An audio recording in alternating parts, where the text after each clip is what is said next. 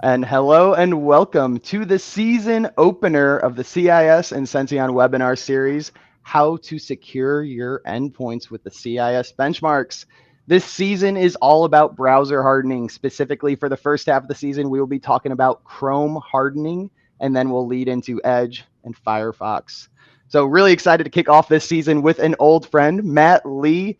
Honestly, the cybersecurity wizard, you have been almost to every show, as we just talked about. Didn't make Flow this year, but everywhere else I've been, you've always been there, man. I don't know how you manage it all. You know what's funny? That's every speaking badge I've ever had since 2017. So every one of those are somewhere where I had to prep a presentation and speak about something. So yeah, it's good to be here, brother. I'm happy to be here. I might reach out to you a little bit after to get some mentorship, as I'll be giving my first speaking engagement. So, all right, awesome. Let us know if you're here in the chat. We're officially off for Juneteenth, and but I wanted to come hang out with my buddy Zach and talk about cybersecurity because I'm a nerd. So let us know if you're here. No days off for real nerds, right? Awesome. So just kicking off some housekeeping. Again, we are Senteon. We are a platform to automate the hardening and remediation of CIS benchmarks, configurations on workstations, servers, and browsers. And I am going to share my screen and show a little housekeeping, how to follow the webinar series and stay in touch with the episodes to know what's going on week after week. We can just get this pulled up onto the stream. Heading over to Senteon.co, which the link is in the chat, you can scroll on down and you can see each webinar that we did, and you can click right into it, or you can head to the YouTube page. And then I do my best to create blogs on every episode. I'm working on getting a little bit more creative with this episode and doing a theme per episode. So we'll see if I can keep that up. These blogs take a lot of time. Outside of that, you can also head to that website and click log in. This will take you to a sign up page for a free evaluation. The big thing with this is a gift from us to you for joining the webinar series and being just someone who cares about configurations, because as Matt and I know, not everyone prioritizes the topic that we're going to dive into today, and hopefully we get some better answers as to why from Matt. Color me shocked. But the big thing here is this is completely free and a gift to you. CIS provides all of these recommendations, and we went ahead and took their recommendations and crosswalked it against regulatory frameworks.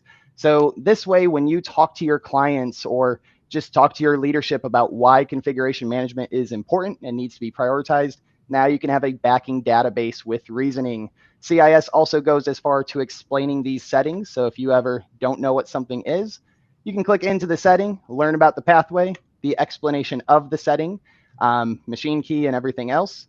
But the cool part is CIS also tells us why it crosswalks to the regulatory framework. So we have CMMC here, HIPAA, right? All of these explanations are free and available thanks to CIS. So huge shout out to them for doing all of that hard work for us to build our company. But very cool. Getting into the gritty of the technical webinar series. So Matt, I introduced you a little bit, man, but huge shout out to you just as a person, right? You were one of the first people to do market research with Senteon. You said we had a good idea. Go build the thing. We built the thing, and I hope you've really kept that. I feel like you've kept that personality as you've matured and become the person you are today. I mean, taking those cold LinkedIn messages is not easy, and I imagine you probably get 10 a day. Is that fair? How else do you learn, though? How else do you learn what's out there? I also want to shout out to Zach B, who said, "Hi, guys. Hope you're doing well." And also has a lot of the same letters I have. And Zach, maybe in the comments, tell me what you thought of the PNPT. It's probably my favorite exam I've ever taken. I cried. I laughed. We all had fun. So just curious what your thoughts were on that, on the PNPT. Okay, Zach, so why are we passionate about this? Why do I care so much? You know, I did a breakdown where I love to take modern breaches and then analyze them on where their failures were presumptively, and obviously making some assumptions, but presumptively where their failures were along the CIS safeguards. Like, where did they not do well? And one of the ones that stands out to me as we talk about this is the Cisco incident, right? That Talos did a great write-up of. If you haven't found that, go find the Talos write-up of the Cisco incident. And as I broke through it, I did a talk, and it was a long-form, hour-long talk. But I was walking through where they had made, presumptive failures. And one of the ones that stands out the most, and it's still in most organizations, and I would ask you this right now. Can you go in your browser, Google or Edge, I don't care which. Well, maybe you can use all you want, and then hell, you're already answering this question for me. But can you go in your browser on your corporate device and add your personal profile? Can you go up there and say, let's bring my other mini-mat into this scenario? If the answer is yes, then I think people have misinterpreted the intention of 9.1 and 9.2 and the extensibilities in 9 of CIS that say that I need to have the ability to manage my browsers. I need to have supported browsers. Now, they don't go so far as to say supported equals, right? If you look at 9.1, it says, use only supported browsers. That means that you're using in 2.1 your set of software that you have approved. You at least have a list of software. You're only allowing it to run, which hopefully you're down to the browser level and saying, hey, it's Chrome, or it's Edge, or it's Edge and Chrome, or it's Opera, or it's Brave, or it's whatever the hell you think you can support. But when you get into it, why is 9.1 say use only supported? Now, if you think about the actual answer, it's, well, because you need to stay up to date. Well, what's 7 for? Then that means 9.1 has a different flavor. And I think what in my mind it comes to is the ability to manage, the ability to say, no, stupid, you can't store your work password in the browser and sync it back to your Google profile so some jackass can put in your Google profile and have access to your work password. No, that's not okay. Well, how do you do that? Hey, Zach, in accounting, I'm going to really need you not to store. Or do you change the freaking setting? Do you take control of the browser? Do you take and make sure that you can actually manage it? Now, that can be done with GPOs. That can be done with tools. That can be done with CASBs. That can be done with a lot of things that allow you to solve some of these problems. But at the end of the day, if you're not thinking about that, that's the only takeaway I want you to have out of this conversation, is that you need to be managing your browsers, because that's where new identities get born, and that's where your identity gets stolen. And Zach, I hope that gives you an opener into what I think is the causal problem here. I love it. People aren't managing browsers. So. And I did drop that Talos white paper. So if you want to read about the Cisco breach, it's right there in the LinkedIn comments. But Matt, that's a spot on opening. I mean, these managed browsers, how are people? IT is already busy, right? How are we going to allow any browser that they want, any flavor of Chromium, whatever that is, if IT is already strapped? Louder for those in the back. So as an MSP, how can I have a good question, but I told myself I was going to change the format here, Matt.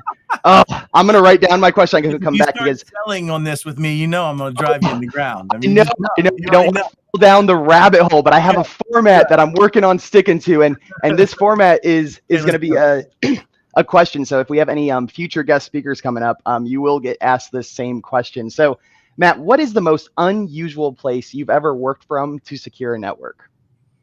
Where's the most unusual place I've ever worked from to secure a network? This is also maybe a bad client story. so we'll put this in. I've been asking this dude to make some changes on something in his VMware stack.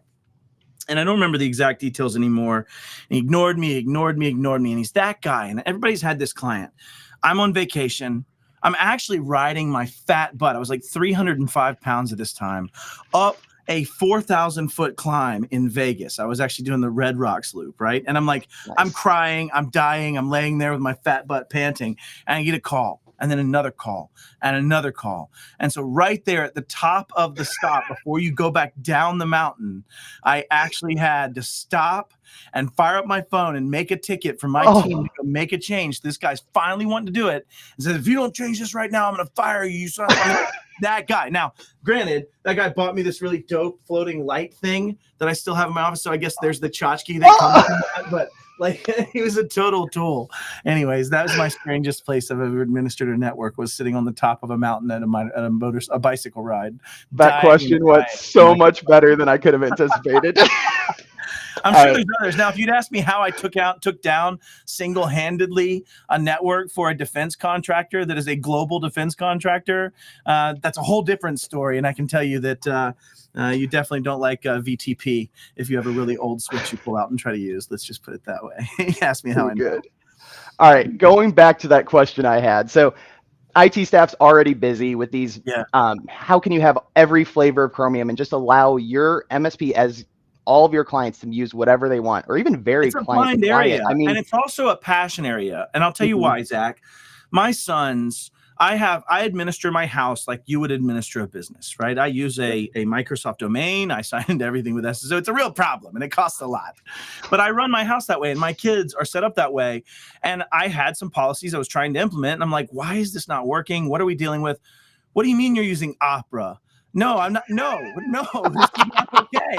And you know what I mean? It's those kind of things you have to fight. And so the other thing I was going to say is it's a passion thing. My kids didn't care that much, but it's what they liked. It's what they knew. It's the one thing that let them do something they enjoyed doing the best. And so like browsers are one of those things I think IT professionals and security professionals just haven't really decided to fight.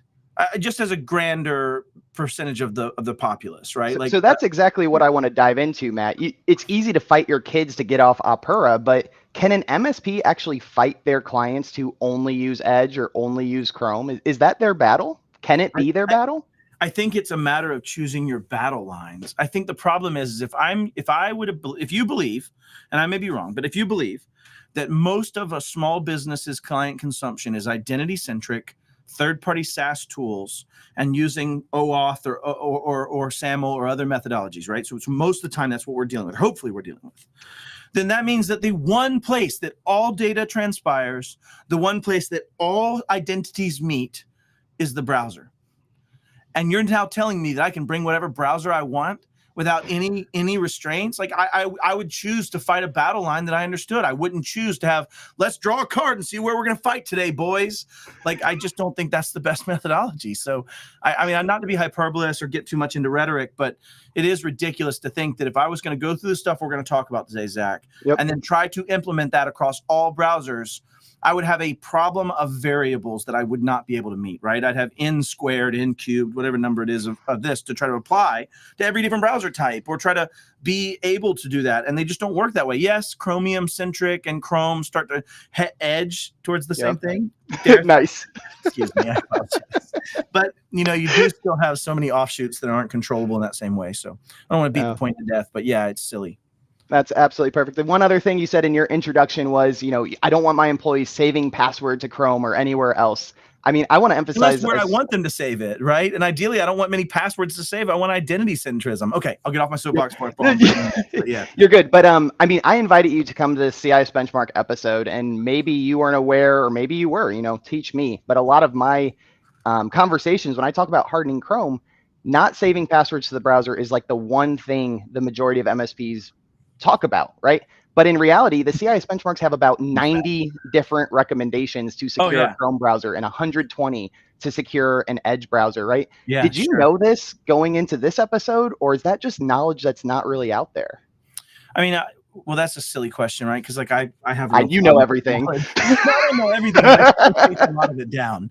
I would say that I'm aware of how many things that aren't configured that way, and I think the grander conversation is we have a mantra with CISA, right? And you're familiar with, you know, secure by design, secure by default.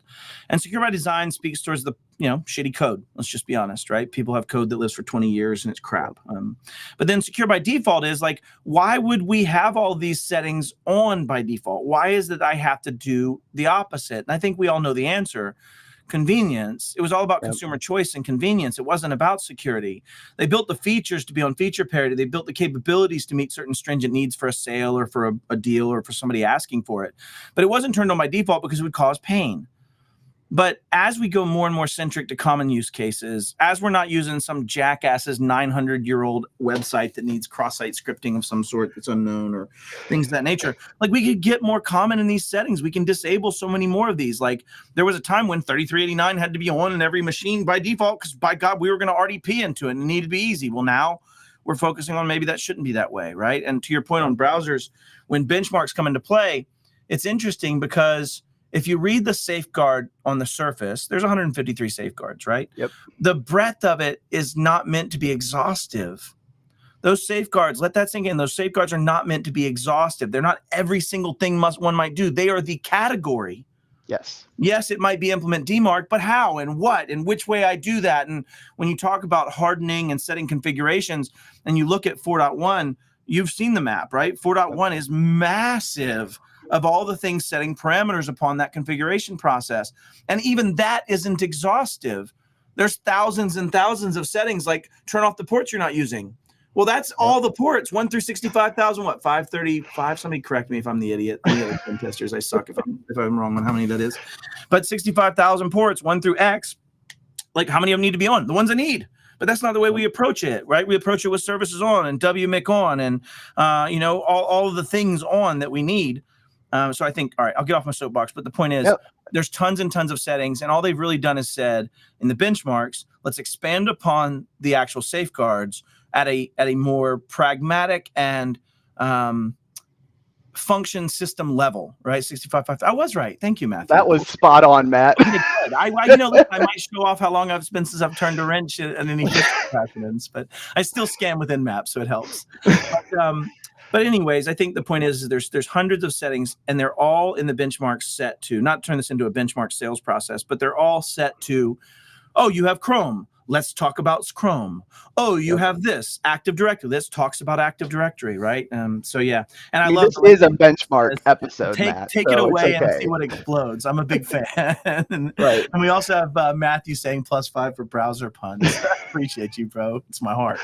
It's my heart. Absolutely perfect. And talking about these safeguards, right? There's 153 of them. A big thing I want to emphasize in these episodes, I did change the slide. Honestly, let's go ahead and pull up the first slide, and I'll talk about the new format that I implemented. So go to the first setting if you don't mind. At the top of the slide here is going to be the CIS benchmark. This is written verbatim from the free PDF you can download from CIS. The same things can be pulled from the Senteon freemium version. It exists right here, right? And we're going to have a did you know and a why it matters on the left and right hand side, and a little just simple explanation at the bottom. The two new pieces here is the bottom left and the bottom right. So the bottom left is going to say where the CIS benchmark fits into the greater CIS controls that Matt absolutely is passionate about and has been talking about a lot of this episode. What's very interesting, and honestly, CIS out there if you're listening, sometimes a bit annoying for us, not all of these CIS benchmarks fit back into the CIS controls explicitly. They chose that verbiage very particularly because just because it's not explicitly mapped does not mean it doesn't facilitate one of these controls. It would be 4. This would all be 4. Like this would be 4.x in my opinion, right? Yep. Configuration management. Absolutely. So that's that piece. In the bottom right, we have something called levels. A lot of people in this audience and familiar with CIS know about implementation groups. These are IG1, IG2, IG3. IG1 is what every business should be doing. And it's a combination of, Matt, how many safeguards? You got that number on hand? What's that? Of how many safeguards make up IG1? 53? I don't know the answer. So 52? If we can have someone in the audience tell us if we're wrong. Man, hold on. I have it right here. Yeah. So it's 7 plus 38 plus 1 plus 7 plus 3. So 10, 11, 49. 56. What a terrible human I am. I should have known that. Math live on air, dude. You have more confidence than anyone else. And Andy's in the comments saying it is 53. So it looks like either your math was wrong or your equation was wrong. I made it on a coin, so I'm pretty certain it's 56. Yeah. But close. Okay. These implementation groups are going into the CIS controls for the ones to prioritize, right? But the levels, these are completely different. Levels are specific to CIS benchmarks. They have level 1 and level 2 for browsers, and they have a few other things depending on what set of benchmarks you look at. Level 1 is recommended for every single business to do. Level 2 is going to be for those higher security conscious. That's okay with a little bit of disruption or end user frustration, right? So that's the big thing I want to emphasize here before we get into these slides. Yeah. Nice.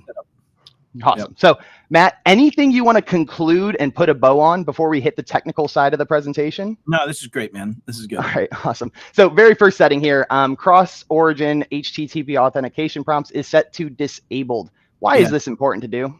Yeah, so that I can't just have an AITM or MITM type model pivot from a site that I've compromised and have an authentication space.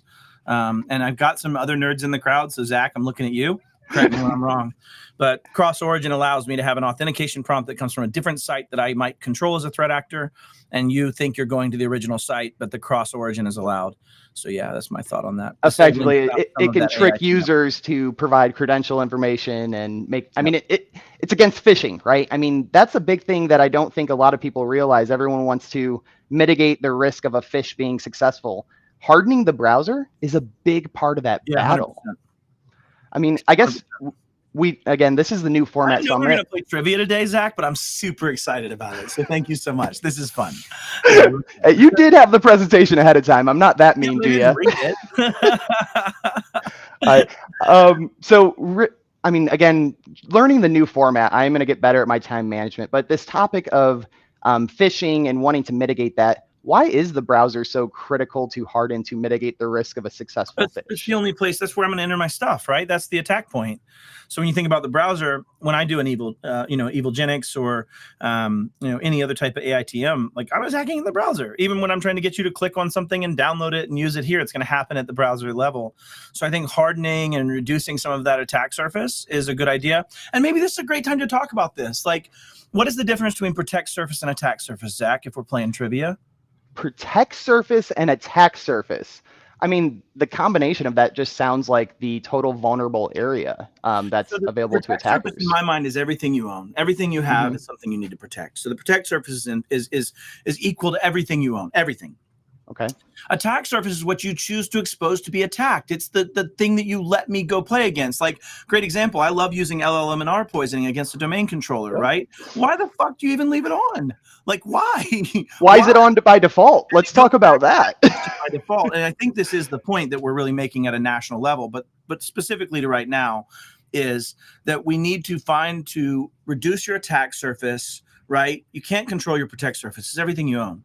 You can make better decisions what you buy, but once you bought it, you need to figure out how to reduce that attack surface. Well, this is a great example of that. Like, there's not sites that need to do that, and if they do come up, we'll deal with them as an exception. But why would we leave it by default where you can do anything? And same way with firewall. You go buy a firewall today, it's going to come with a default rule that says all internet out allowed. All in, not allowed. There's still attack surface on out allowed. That's how phishing could be protected. There's all kinds of things there. So I just want to make sure when people are thinking about this, your framing is, what can I do to reduce my attack surface, right? Like, you've done it as a little kid. Anybody ever get bullied? Like, you just didn't go walk by the bully, bro. You didn't go out there and be like, ha ha, nice to see you again, bully and friends. This is going to be a good day. No, you avoided them because that's what you were doing. You were reducing attack surface. You couldn't control the fact that maybe you weren't strong enough or that you were going to be picked on, but you could avoid that, right? And that's what we're talking about doing here. So anyways, back to the techie bits. But attack surface versus protect surface. So actually, I have not heard that, but you might see a blog come from me on it once I study up on it, brother. I would credit that to Kindervog specifically. That's not me. So perfect. Awesome. Yeah.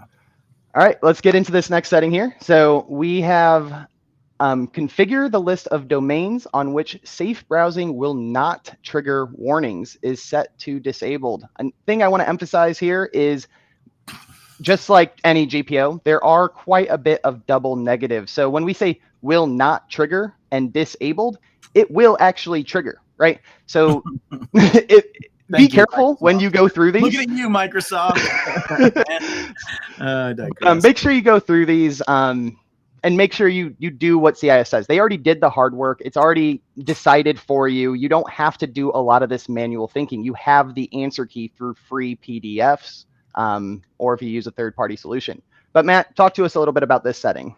Yeah, so when you think about safe browsing, blocking legitimate domains, safe browsing is just more restricted browser and hardening. And they're referencing 9.3, which is interesting as a reference point for this, because 9.3 is talking about enforcing and updating network-based URL filters. So what we're getting at is, as an extensibility of a way to filter, one could use the built-in protections in the browser of hardening modes, right, and safe modes. And if you're an administrator, you know what safe mode is, because it's the first thing you disable when you set up a new server, so you can actually go to websites without 67 pop-ups with a green thing and a yellow thing going ActiveX. Are you sure? Are you sure? Are you sure? Are you sure? Are you sure? Are you sure? But my point is, there's other ways to enforce this. There's other ways to deal with network-based URL filters. In fact, when you think about it, this wouldn't be the way I would think of a URL filter. But what you're really saying is, hey, unless it's on this positive list, then go ahead and send it through safe mode browsing. Protect me in that way, right? So it's an interesting way to look at this. Is this is a type of a URL filter, which is why they're making this ascription to 9.3. But really, what it comes down to is sandbox the stuff that you don't trust, and the stuff that you do trust, still inspect, but in other ways, right? And in this case specifically, it's about using safe browsing for that methodology in my mind. Is that a fair assertion? I think that was very perfect. And one thing I want to add to it, we do talk about how these map to the CIS controls. Matt talked about 9.3 for this one, obviously. And I want to emphasize, by doing only the CIS benchmarks, by only hardening, you are not completing control 9.3. You are not fully attesting to the completion of, right? So that's one thing I really want to emphasize. All of the settings we talk about may feed into and help build your attestation story of meeting a various control, but this will not 100% complete a control. Matt, you obviously agree with that one. You can never complete one. I mean, the irony is, when you think about it, I think this goes back to the age-old problem. If I give you a checklist, Zach, and I say complete this checklist, when you are done, you're done. That's how houses get built. That's how surgeries get performed. It's the way this functions. The problem is, my checklist can never encompass all of your scenarios. If I give you a checklist, let's call it CIS, 153 safeguards. When you go to apply 10.1 that says apply anti-malware, it doesn't just say on your endpoints that you think about, and that's what you're thinking about. It gets into every asset class, IoT, mobile, portable, servers, workstations, non-compute resources. Like all of those things are part of that asset class. So the breadth of it's really large. The point is, CIS and giving you benchmarks, while they help you, they're common check boxes. They're common. You got punched in the face, don't get punched in the face this way. But as a security practitioner, you're always going to be thinking of, how do I improve this? What is relevant to me? What are those things that are unique to the way I function? How am I a little snowflakey? To quote Chris Roberts, because we're not all snowflakes, but how am I a little snowflakey? I'm going to test that with him, see if he's down with it. But yeah. All right. Containers is a good comment that we just had from Zach in the audience. Yeah. Absolutely solid one. You mentioned surgery getting done, right? That's, you get it done and then you move on. But a big piece of these CIS benchmarks, although, it is all these best practice kind of a checklist to do once, even with surgery, you come back for your follow-ups. Just like with CIS benchmarks. Yeah, I don't. You're supposed to. To be honest, I don't either. Physical therapy isn't real. Birds are fake. And anyway, so even with surgery, you're coming back for those follow-up sessions, the checkups and PT, right? Just like with GPOs and CIS benchmarks, you need to confirm that they are actually remediated. Some folks going to go in there and put star excluded, right? Like he's like, all right, I'm just done with all this adding .coms and such. We're just doing star exclusions here. Exactly. And there's potential for these settings to change after. And like, have you ever had an experience with a PowerShell script, the setting changed for a point in time and then a week later it went right back? Like, that's not an unusual thing. Is that fair to say? I don't often, but it's usually when I accidentally give local users local admin rights. I digress. Yes. Spot on. All right, awesome. Let's go into this next setting here. Next one. All right. Safe browsing protection level is set to enabled, standard protection, or higher. So this is a little granular for you, Matt, but introduce this, and can you explain the difference between standard versus higher here? Yeah, I probably can't get into that delineation. I'm just not that familiar. But the point would be that you're at least setting a base level of what standard is there. And when you're setting it with GPO, it means a user can't go back in and change that down to a lower level, right? So these two that you just showed are actually hand in hand. I can set a list and have the level at nothing. That doesn't help me. I can have no list and have the level set to very high, and that doesn't help me. These two are sisters. They must work together in this case. You have to have both of them, so in my mind. That's another big thing I want to emphasize about these GPOs, especially when the last season when we did workstation and server OS hardening. There's so many settings that at Senteon we consider group setting. If you change one setting, love Heath's comment. If you change one setting to follow the rules Microsoft has, you're forced to set another setting to an acceptable range, right? So some of these settings that CIS benchmarks have tie together. Or even contradict each other. So it's important to configure both. Otherwise, you're leaving room for that bad actor to take advantage of you. Yeah, 100%.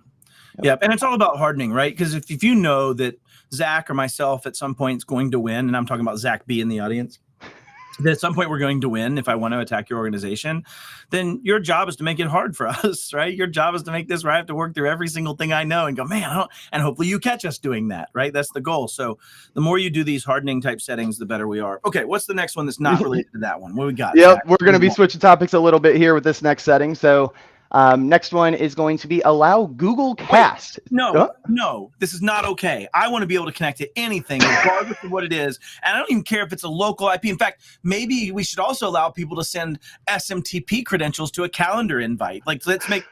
Oh no, we've already played that game. That's Microsoft. Yeah, thank you, Felina. Or I think that was Felina. So we really like this setting. I think it's important because what you're saying is by default, my traditional cast services, which could include screencasts, which could include, cast of sensitive information, are being allowed to connect to anything, right? And being allowed to connect to anything, any IP. And what you're really saying is, no, let's only allow it to connect to X. And I would imagine there's a corresponding aspect of this that says local networks right here specifically. You could just do all of that local network space, or specific networks. I'd wager there's some configurability to specific subnets that you want to access. And what it really comes down to is, like, if you look at the principles of zero trust, if you try to apply ZTNA, ZT principles, like, just because it can connect, should it? Right? And just because it can connect to anything, should it? No, I should have very specific data flows. I should understand those data flows. And I think, I won't get on my soapbox too much. This is an important one, just in disabling access by default to anything that this device might want to connect to. So yeah, I mean, these settings are all about enhancing that device security, especially this one within like local networks, right? Yeah. So, yeah, absolutely. 100%. Good summary on that one. Let's hit up the next one. What we got? Let's do it. It's like a game for me as well. I made the slides, but I don't memorize these. About this, because one of the things that we look at is, okay, accurate time synchronization is crucial. Agreed, right?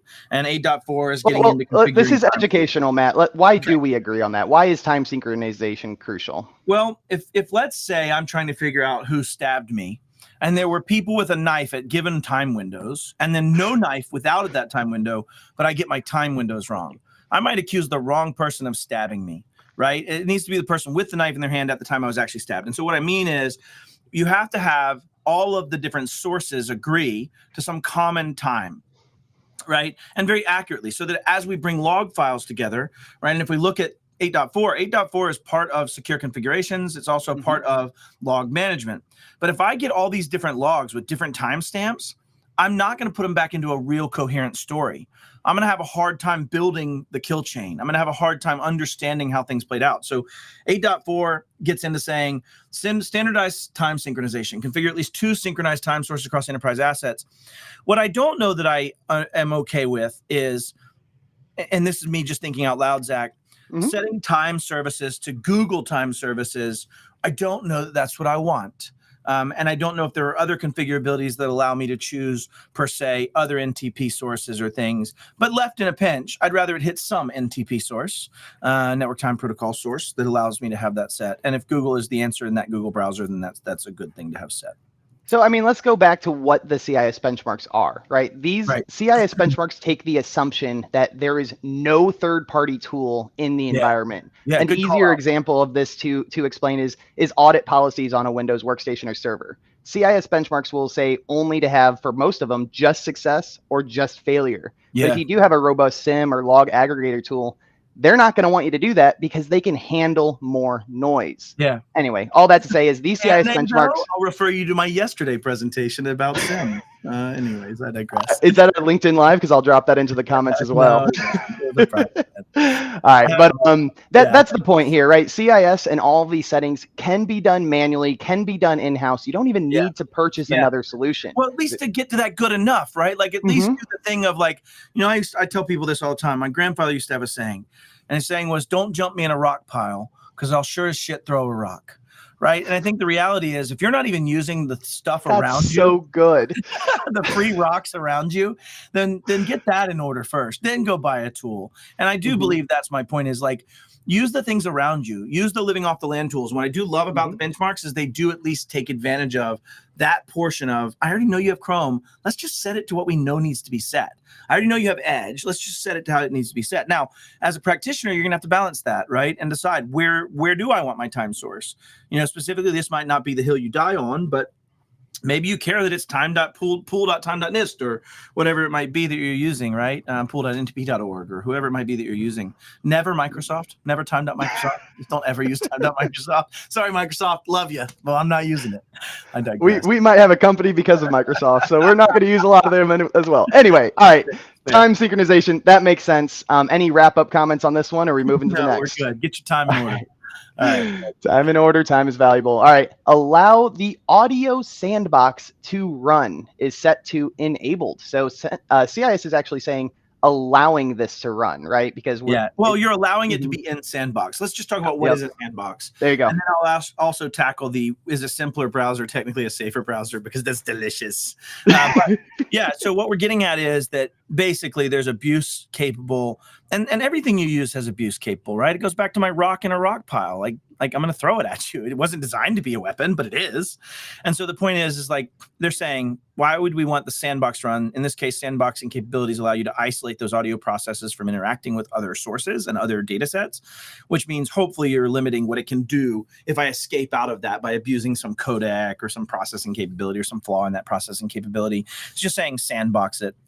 Yep. In general, sandboxing refers to, maybe containerization is a great way to explain it, but sandboxing is taking and removing the asset that's running from the actual system that it can do damage to, giving it para-virtualization, giving it virtual capabilities that allow it to be sandboxed and controlled. And in this case, what they're saying is just don't let it interact with other things. And that's in Control 8.3. And when we get to Control 8.3, that gets back to, that doesn't make sense. Hold on a second. Matt, there is a lot of these at Senteon. We just given as that statement. That's not good true. Thing we have submitted some opinions to CIS about these crosswalks. Right I love you. 8.3 is not a good mapping for this. It would probably be closer to 4 something, 4.1 or even 9.1 as an extensibility. I think a lot of these would be more 4. I mean, if for example to preview a little something you're working on in the background, and again, we will get to this question here. In the chat. I'll just go ahead and give this away. This is the visuals for CIS. So go.cybermattlee.com/CIS visuals. If you'll pop that in chat back in person, that would be awesome. You guys are welcome to go check those out. But basically, in my mind, just dragging to where I think that would be, Zach, I'm thinking we're going to be living somewhere. You could even, it's not going to be 412. It's definitely going to be like 4.1. That's my guts. Is this going to be 4.1? I think 4.1 is going to be the best choice for a lot of these. You might be able to say that, there's just nothing else. I think 8.3 is a weird place to put it, if I'm honest. It's just a strange one. Log management is where we put our decisions to sandbox audio. Yes. Okay. All right, I'm done. I'm off my day. You're absolutely good. Again, I want to get to this question, but I want to first emphasize this link that we just dropped into that LinkedIn chat. I can have the admins toss it into YouTube as well.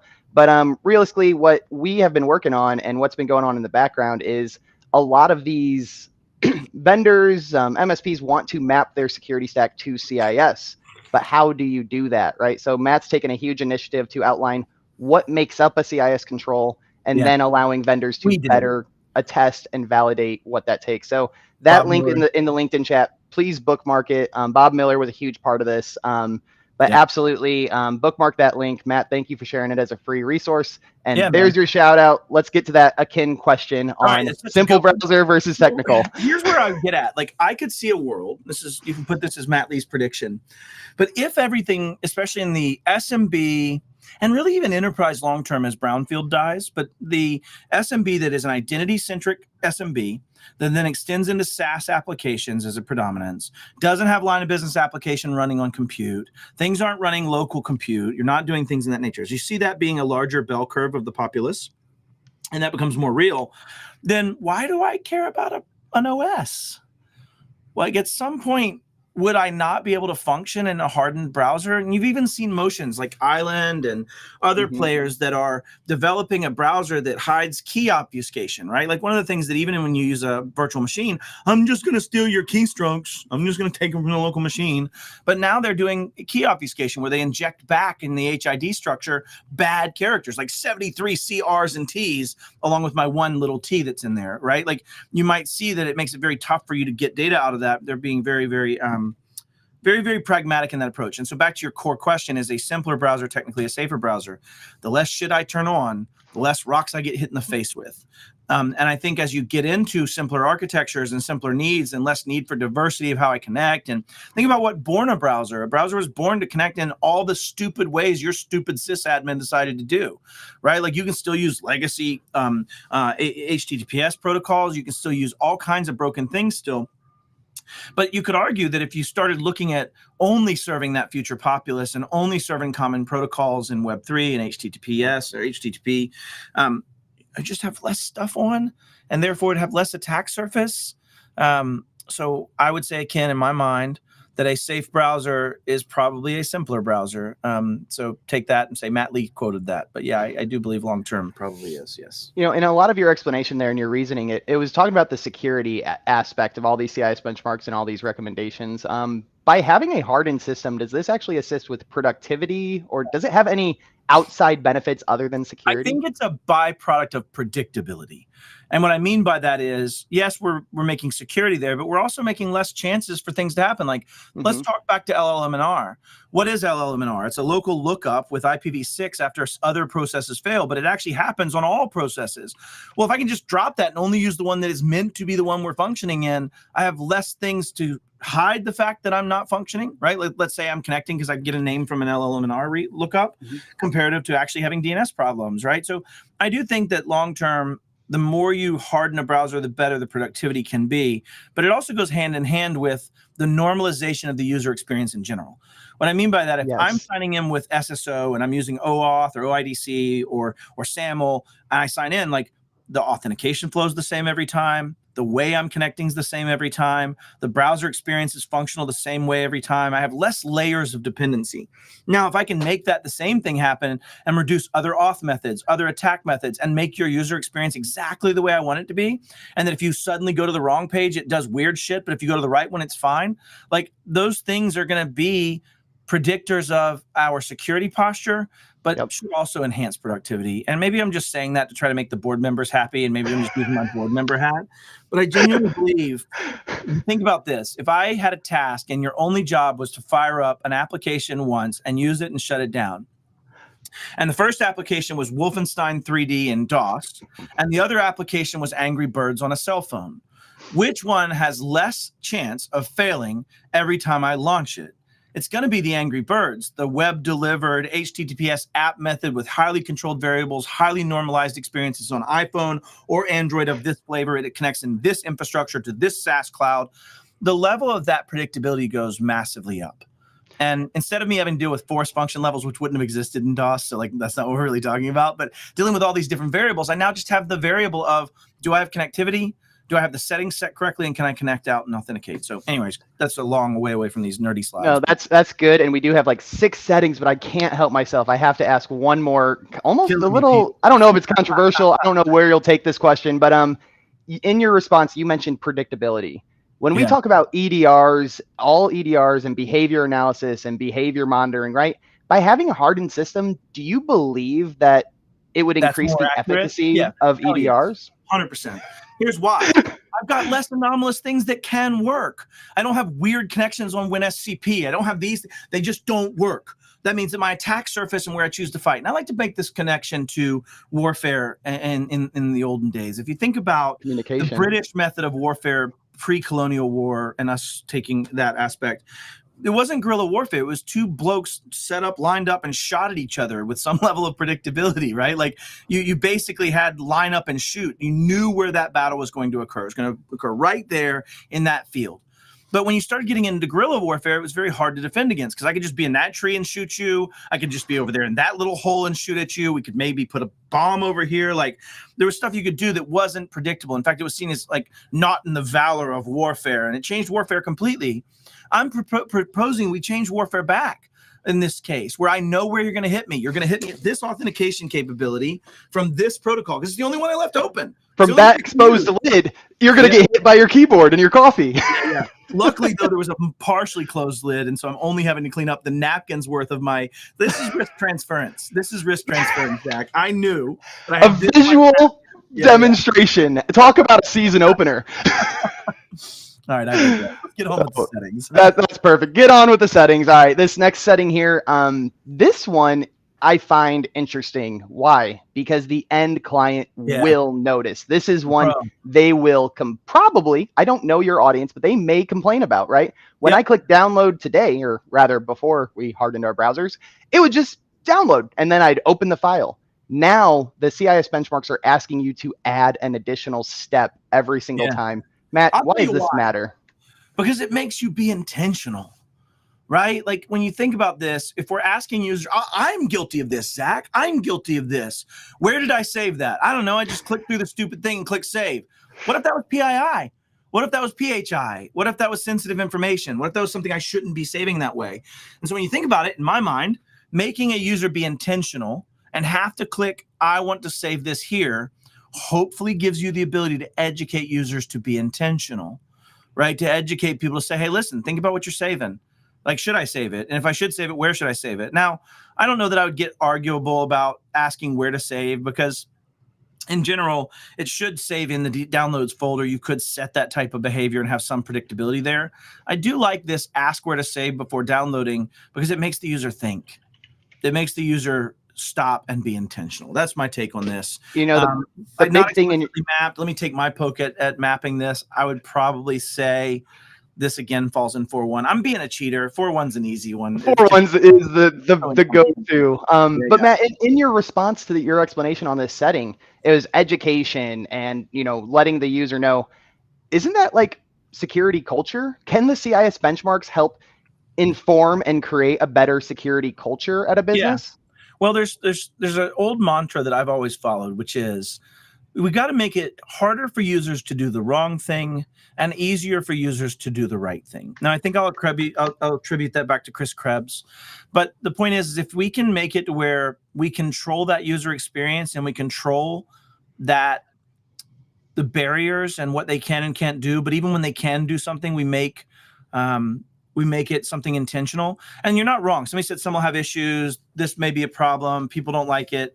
I think to your point, that's where you'll find that culture problem, right, Zach? I think that's where you'll find where we have a gap in our education. Yep. We have a gap in our governance. We have a gap in our intention as a company. And again, I don't think security can be a culture. I'll get in trouble for this. I don't think you can have a security culture, but I do think that you can have a culture of making your bed. And what I mean by that is there's an Army general, or I think it was Navy general. Oh goodness, now I feel terrible. That did a talk at an MIT commencement that said life's about making your bed. And he goes on to say that it shows posture. It lets you accomplish something every day. It lets you understand. But really what I think it does is it shows intention. And I think it shows that people are doing something the right way. And I think when we think about what making you click here or taking your training or getting that, it's not the culture itself, but it's evident of an understanding of your responsibility with your technology. And that is something you can only do well through a culture, I think. So I guess I kind of came back around on myself there. But. You got yelled at the board, then you won the board back. That's what a good leader does. It's always about motion. You know, Zach, it's always about motion. And Bob said 96% of failures are the system, 4% the worker, from Dr. Deming. I agree with that. And if I remember, Deming goes back into like the research of workers' motion and how they function and efficiencies and things of that nature. And so in my mind, that's exactly right. If I make it easier where you know that this is going to ask you to download, yes, it might default to that same folder you've been using, but then you know intentionally where you placed that. Anyways, I'll get off my soapbox on this one. But this one does user pushback, I believe. And I think it takes education and governance to make this function right. I agree with that too. And I think I'm going to have to do another episode more about who owns the security culture, right? Because I had Felicia on last week and she said it has to start with HR, which is very interesting, right? And then it led to saying like managers need to control security, even if they're not, you know, the CISO or anything else. They need to manage the security of their subordinates, but not enough time to go deep into that, Matt. Was that Felicia King? Yes, Felicia was last week's guest. She's the first person I ever got into an argument with about cyber where she was 100% right and I was 100% wrong. We'll save that for another story. All right, we got a joint webinar coming up with Matt and Felicia coming. So right too, guys, she knows it. She's absolutely fabulous. All right, the next setting here, I do believe we have about 5 more settings, so we're crushing time a little close. Background apps when what? Duh, stupid. Like I don't know if you want to like. Why is this stupid? Why is this duh? Let me see. I want something spawned by a shitty browser to be able to run when I close that host process. Maybe not. maybe just a skosh not, like maybe not. I want it all. Tell me when I leave my house for the day, I don't want just someone to stay in the house like that. No. Yeah, you're good. No, genuinely though, what we're getting at is background apps, things that run, like that could be your password broker, password storage. That could be your stupid Grammarly. That could be whatever the hell it is you've decided to put in that browser. And now you're saying, let that guy keep working. Like when I close this thing down, I want them to be able to keep collecting data about me. I want them to be able to keep, like, they got to be able to function in their world to sell my data the most. Like, no, I just don't think so. So in my mind, it would be closing that down and removing that loophole. And let's just cross-check their 4.8 mapping on this, right? So 4.8 is saying that we have to uninstall or disable unnecessary services. I think that's okay. Agree. I think this actually would probably have been more applicable to some of the other things, but yeah, I don't disagree. I'd take that. Unnecessary services. You're basically saying it can't operate in the background outside the browser. So it's probably a stretch. I would say it's definitely a 4.1 extensibility, like how I should configure things. But other than that, I can't think of where else it would map. Absolutely perfect. Yeah, all right. Next setting here, and I want to emphasize this setting. It is the first level 2 setting of season 3. I can't do this. No. So be careful with this setting. Obviously, it is a recommendation, and honestly, the recommendation sounds pretty good. But be careful. Level 2 is going to very likely cause disruption. That's why it's a level 2. But control safe sites, adult content filtering, making sure this is enabled. Matt, talk about this. You know, man, you got to take care of work. You got to make work safe for everybody. So the point here is disabling adult content filtering is trying to take safe sites. And I think what you're seeing here is I would probably solve this in 12 other ways.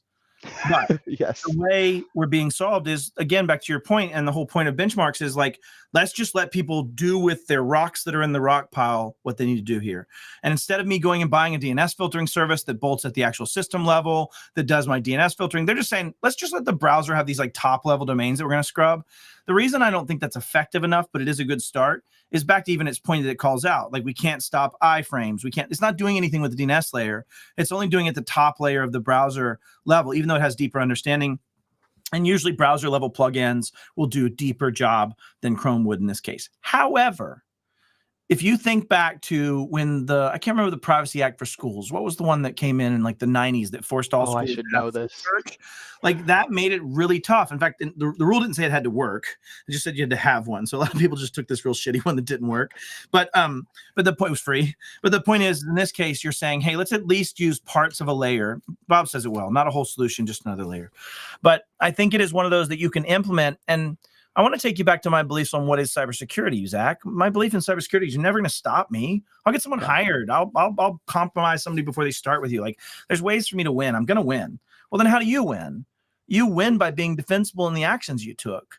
You win by being reasonable in the way you approach something. Well, having a free setting, not turning it on, is not reasonable. Now, the questionability of whether you deal with adult content or not safe for work is probably not the part I want to hammer that on, but it really is this understanding of you can filter certain things.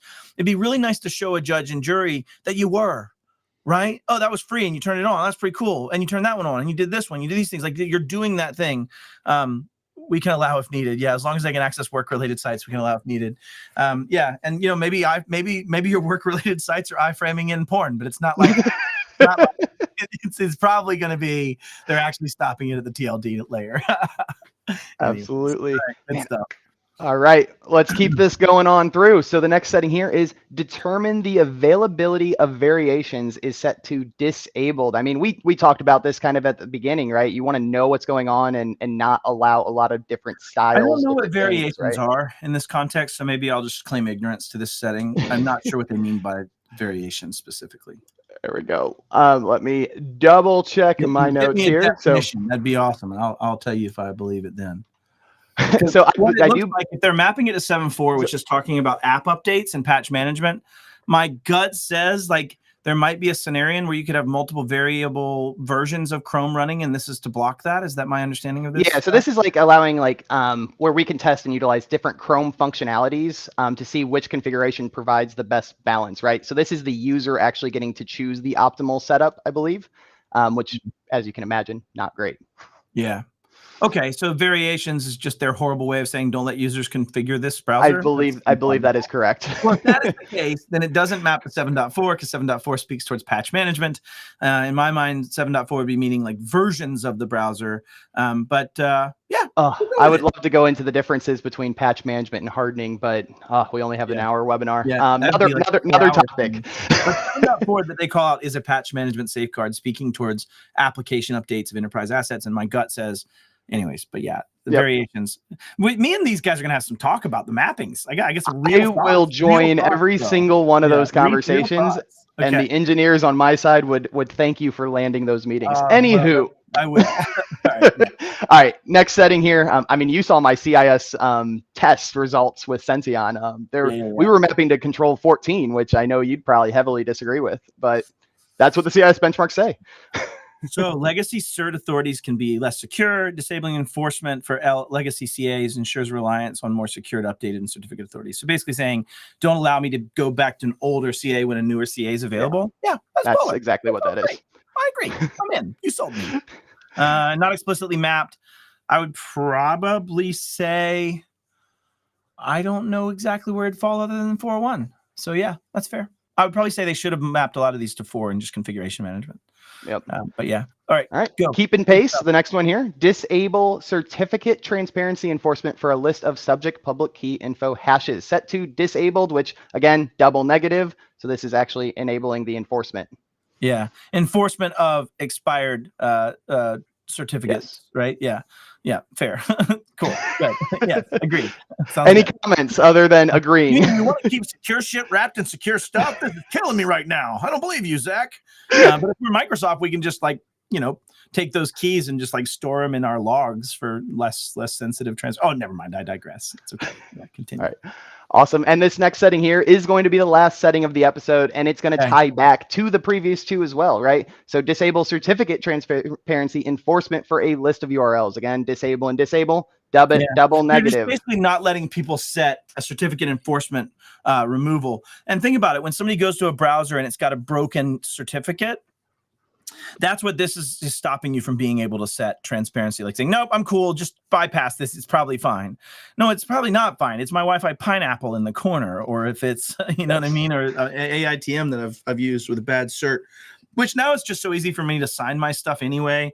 I try to sign it, and let's use Let's Encrypt for its free awesomeness of that. But the point being is this at least lets you stop people from blindly blocking and saying, no, I don't care if this one site, and you've done it, right? We've all done this as practitioners where you're like having this one problem, the one EMR won't update this one core cert. We're just going to bypass it. Well, now it means anybody emulating it can bypass it, right? So all I have to do is say, I'm this URL. And if I can trick your DNS, or if I can trick your end client, or if I can trick whatever it may be into going there, then now my cert will match, right? Because it won't care that my cert doesn't match. Anyways, so yeah. Absolutely. So that is the settings section for today. We have about 3 minutes left. If we can pull up this next slide, Matt, at a high level, we just talked about all the security defense measures that a blue team can do. Switching gears, attacker point of view, these CIS benchmarks also map to the MITRE attack techniques. So I have the technique numbers in the bottom right, and then them listed on the front. Which will also map to Red Canary's project, which allows you to do Atomic Red Team. And what's cool about Atomic Red Team is it allows you to emulate these TTPs by number, T1555, through their tool sets, right? And emulate to see if it's going to stop it and test your systems. And I think the point you're trying to make is when we have a MITRE defend, there are MITRE attack techniques that then one-to-one map to those that we should be able to emulate and explain. And if nothing else, it allows you to play with the football in your head and understand why. One of the things I think people get wrong all the time, and the reason I spend so much time in the red team side of things in my own learning, is we would never, ever, ever go play sports and be a football coach for defense and go, nah, bro, I didn't have to understand how people do things on offense. I'm good, man. I got this. I'm going to stop them all the yards. That never happens. You go learn deeply how offense is played as a defender because you need to understand how you're going to defend. We are ignorant in our own choice to not do that. And I think you highlight a good point of this. Don't just say you're a blue teamer, right? Think about things from that attack side. Try to understand it. If you don't understand it more, because then you'll understand the importance of what you're doing. That's why I went down this path. That's why I spend so much time on my Try Hack Me every night and doing my tests and things, is to understand that. And I'll go a little bit further. Jason Slagle, myself, Tom Lawrence, and John Hammond are doing a talk called The Hackening. in October at Wild West Hack and Fest. And we're taking 52 MSPs that have volunteered to let us attack them and doing a data study project. Like, how many of them have hanging A records that I can take over? How many of them have poor SPF management? How many of them give me away their IPs in their SPF? How many have? And so we're doing a data study. And I think the data, just the short data we already have, it's really bad. Like, it's really bad, Zach. And it shows that they're not making their bed. Right. I mean, that's something that I really want to do. And Senteon is trying to perform some case studies on this, but performing various MITRE attack techniques against a default box versus a hardened box, right? Sure. So very much in the same vein. For you. Yeah, totally. Totally. All right. Very last slide. Obviously, we have to talk about the attack slide. You know, Matt, summary for the MSPs in the audience today. We emphasize this throughout the whole episode, but should MSPs talk to their clients about browser hardening? And no. Is anything on this slide accurate, or did I just make it all up to sell Senteon? So I'm going to break you here and say, no, I don't think people should talk to their client about browser hardening. I think people should harden the browser.